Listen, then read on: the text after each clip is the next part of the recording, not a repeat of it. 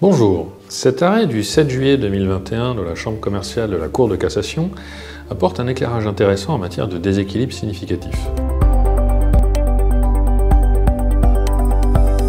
Nous précisons d'emblée que cet arrêt a été rendu sur la base de l'ancien article L442-6 grand 1 deuxièmement du Code de commerce, remplacé depuis l'ordonnance du 24 avril 2019 par l'article L442-1 grand 1 deuxièmement du Code de commerce.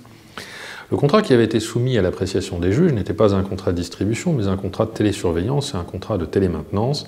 Mais l'analyse qui est faite par la Cour de cassation est tout à fait transposable dans le domaine de la distribution. Pour rappel, le déséquilibre significatif était défini par les textes en vigueur à cette époque comme le fait de soumettre ou de tenter de soumettre un partenaire commercial à des obligations créant un déséquilibre significatif dans les droits et obligations des parties.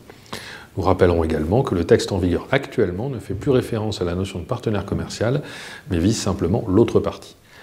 La Cour rappelle tout d'abord que le caractère pré-rempli des clauses du contrat ne suffit pas à prouver la soumission ou la tentative de soumission.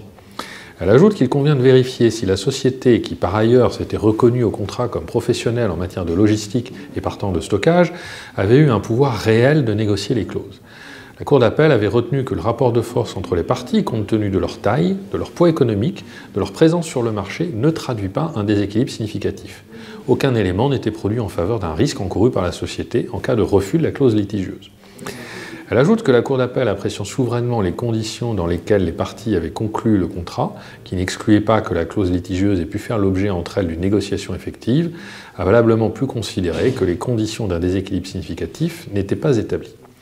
Cet arrêt apporte donc une précision utile sur la manière de prouver la non-négociabilité. Il faut rapporter la preuve d'un déséquilibre économique, déséquilibre qui doit être tel que la partie la plus faible se retrouve privée de son pouvoir de négociation face à l'autre.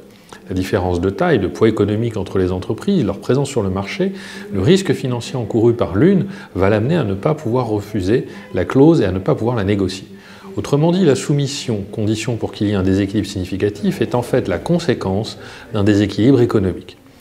Nous rappelons que suite à l'évolution des textes opérés en 2019, la condition de soumission a par contre été supprimée de la notion d'avantage sans contrepartie.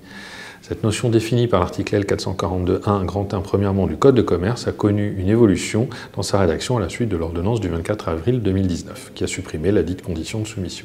Je vous remercie.